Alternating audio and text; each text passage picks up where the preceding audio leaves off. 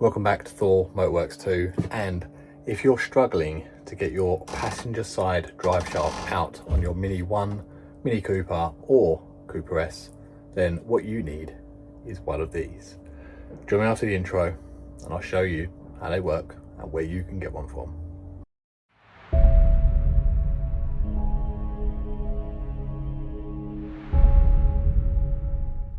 Right, we're taking the engine out on this Mini 1 today, but the passenger side drive shaft on these cars has a circlip on it, which means it can be incredibly difficult to get out, especially if it's been in there for a while. So with one of these drive shaft forks, it makes your life a lot easier, and I can guarantee it'll probably get it out within a couple of minutes. So what I'm going to do is set you up on a tripod underneath the car, and I'm going to show you how they work. So this is that drive shaft in question. It's the shorter shaft out of the two of them, and a lot of the time people will just say to you, get a pry bar, or you can just pull it out. But this isn't moving at all, and it is a bit stiff. I don't think it's been out since the car was built. So with these drive shaft forks, what you need to do is get up between the cup and the actual gearbox itself. Now that's easier said than done for most of these. So what I'm going to do is move this forward a little bit. There we go.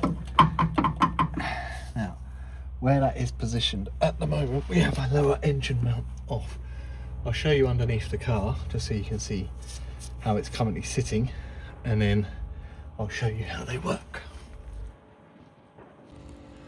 Right, so underneath the car, it's difficult to see, but if I take you up here, you can see it's sitting behind the drive shaft cup and it's up at that angle. Now, our lower engine mount is off, and you might find it easier to remove the lower engine mount so the engine will swing backwards and forwards a little bit.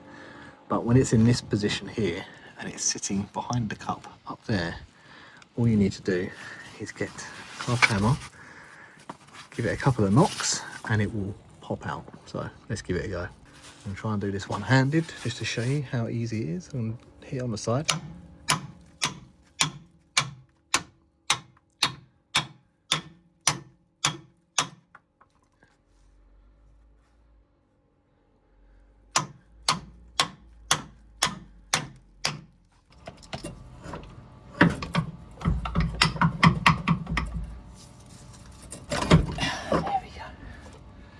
So you can see our circlip is in here, and that is basically what holds it in. So right, that wraps up the drive shaft removal how-to guide.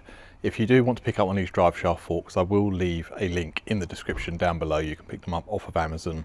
I'll also leave a link to a inner CV boot that you can pick up for a relatively cheap price, and a link to the correct tripod bearing grease that you will need if you want to keep the OEM specification on these cars.